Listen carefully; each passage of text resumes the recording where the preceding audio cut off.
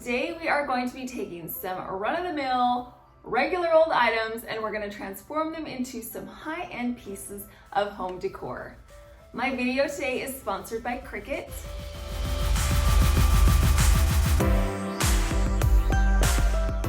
I love using risers and trays in all different shapes and sizes when I decorate. It adds height and depth to your display, which makes your centerpiece come alive. I am creating my riser with a piece of leftover wood that I had from a previous project. If you don't have a leftover piece of lumber laying around your house, you can head to your hardware store and buy some there. They also have wood rounds if you want a round shape. And the good thing is that they're not that expensive. I would say typically they're under $10. My leftover piece had some pretty wavy edges and some divots that were left over from the previous project, so I needed to square off the perimeter of this rectangle. I took a large level and I marked an outline for a new rectangle with perfectly even edges. Next, I took some clamps and I clamped the piece of wood to the table. I got some safety goggles and some gloves because safety first when you're using power tools. And the power tool that I'm going to be using is my Jig Saw. Took my saw and I cut right on that line to square up the edges. I cut on each side to create a new crisp rectangle to act as the base for my riser. For those of you that are a little nervous of power tools, a Jig Saw is a great place to start because it's a beginner level power tool.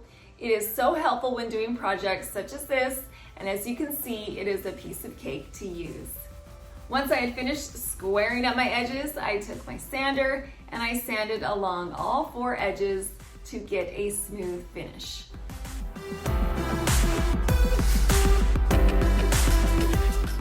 The inspiration behind this riser was this piece of marble that I use all the time. It's always right here. And one thing that I love about this piece of marble is that gold finish along the edge. So I wanted to copy that in this riser. So I took some gold Rustoleum spray paint and I painted along the edges of the wood and also got the bottom. You're not gonna see the bottom, but I wanted to have some finish on the bottom of this tray / riser so it wasn't just raw wood. Once I had completely covered the bottom in the paint and all four sides, I let it dry for 30 minutes. For the feet, I'm going to be using some old finials that came off some curtain rods. I have a couple of these. I don't use them anymore, so they've just been sitting in a box, and I thought they would be great feet for my riser.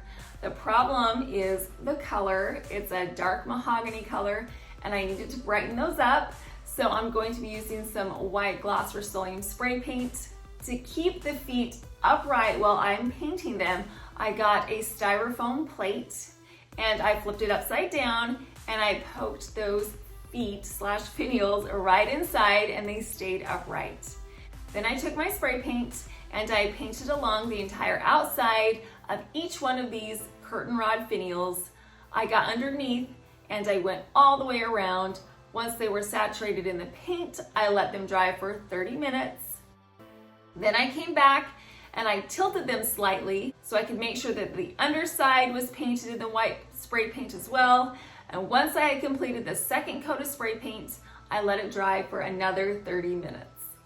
I love the look of marble. It is so pretty, but it is so expensive. So to mimic the look of marble, we're going to be using this laminate adhesive liner. I purchased this roll at the Dollar General for only $5. I needed to measure the correct size for the laminate top. A little trick is going to be to tape one edge to the edge of whatever it is that you are measuring out. That way that laminate will stay in place. Then I got my pencil and I measured the dimensions to get the correct size. Then I cut it out with a pair of scissors. Before we add this permanently to the top of the wood, we're going to add the feet. So I got, again, a cool little measuring device. It has a little hole inside, that way I could measure 1 inch from the side and the top to get the exact location of the hole that I needed for the foot. Then I took my drill and I drilled a little bit of a pilot hole. I did not go all the way through. I went about 3/4 of the way through the wood. Then I took my feet and I twisted them into place. I repeated this process on all 4 sides until each foot had been twisted into the correct spot. Then I flipped my board right side up, and now it's time to add the marble liner. I removed the backing from the back of the marble liner, and then I did the taco shell method to get the laminate on perfectly. So what the taco shell method is that you bend your paper in half. You take that center point and you put it in the center point of whatever it is, whether it's a shelf or in this case, it's my piece of wood. And then you slowly let down that paper so that it's smooth against the board. My Cricut scraper actually came in really handy because I could scrape as I went, and I got all the bubbles out to make sure that the laminate was securely adhered to the wood. To personalize my riser, I'm going to add a Monogram bee, and I'm going to do that with my Cricut Maker. On my Cricut design space, I hit New Project, then I clicked on Images. In the search bar, I typed in bee Monogram. Several options came up. I scrolled down until I got to the one I wanted, which was this bee right here. I selected it and I clicked Insert Image, which brought it to my design space. I selected and deleted the red background. Then I took my image and I went up to the size. I knew the size I needed, so I typed in 10 inches and it auto-filled the rest. I hit Make It, which sorted it onto my mat. I clicked Continue, and then I selected my material, which was vinyl, and then I hit More on the pressure. I placed my gold vinyl on my mat and loaded it into my Cricut Maker by hitting that flashing arrow button. And then I hit the flashing C button, which began the cutting process. Once the cutting was 100% completed, I hit that flashing arrow button again, which released my mat. And now I have my vinyl bee. And finally, I hit Finish on the computer. I pressed my vinyl firmly to the center, and then I got my weeding tool and I peeled up the excess vinyl. I pulled away all the small parts to reveal the intricate detail on the letter B. The weeding tool is helpful for this part because it can get into all those small little parts that you wouldn't be able to get otherwise. Next, I took my transfer tape and I placed it over the top of the B. Then I took my scraper tool and I scraped it all together. Next, I peeled the backing away from the vinyl, and now I can place my bee in the center of my riser. I marked the center, and then I carefully laid the vinyl bee in the center of the riser. Then I got my scraper tool and I pressed it firmly to the riser and then peeled away the transfer tape.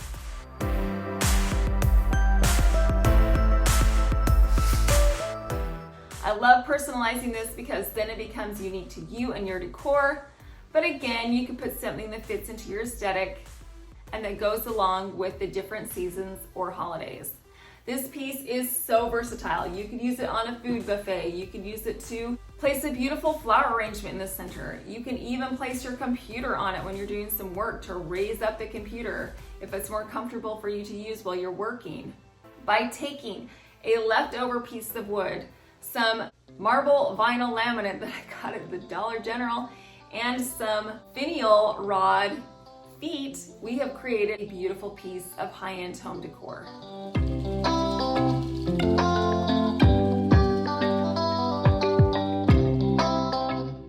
My next tie-in transformation is taking these old cookie jars and doing a quick and easy transformation. I've had these cookie jars for a couple of years and they're nothing to write home about, so I thought that we would spruce them up a little bit today and make them more of a showpiece. The first thing that I'm gonna do is take the lid off and remove the original knob. It's a pretty boring knob, and all I needed to do to remove it was get my screwdriver and unscrew the screw from the knob, and it came right off. Then I took the lid. Now the lid was just silver, which is fine, but I wanted again to update it and make it a little more modern. So I used some gold Rustoleum spray paint. I sprayed a generous coat along the edges and the top of the jar until it was completely saturated, and then I let it dry for 20 minutes. I painted a second coat. Again, I made sure that the lid was completely saturated, and then I let it dry for an hour. Now I only painted the top portion of the lids. I left the back just normal because I know that this is food safe and I don't know if spray paint is. So we're gonna err on the side of caution and just do the top portion of the lid. Once this was completely covered and painted and dried, it's time to add my new knobs. I got these knobs at Ross for $4.99, which is a screaming deal. Look how pretty these are. They're white with a gold accent. All I did was I poked it through the original hole in the lid. It came with a washer and a nut, and I just screwed those on until it was really tight and secure. And then I repeated the process on the second lid. I mean, already, I know this has a label on it, but these are so pretty. Just by using a little bit of paint and a new knob, these look brand new and so custom. So much more expensive looking than those original plain silver jars that I had. But to customize them just a little bit further, we're gonna add some labels, and we're gonna make it on my Cricut Maker. In my Cricut design space, I hit new project, I clicked image.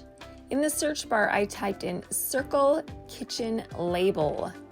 Several options came up. I scrolled down and I selected the flour and the sugar and hit insert image.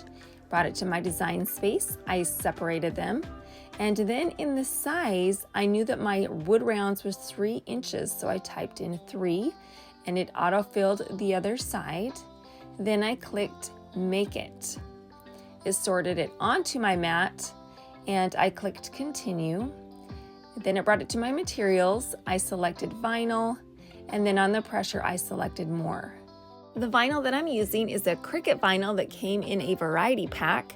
I'm using the blue vinyl from this variety pack. I placed it on my Cricut mat, and then I hit the flashing arrow button, which loaded the vinyl into my maker. Then I hit the flashing C button, which began the cutting process.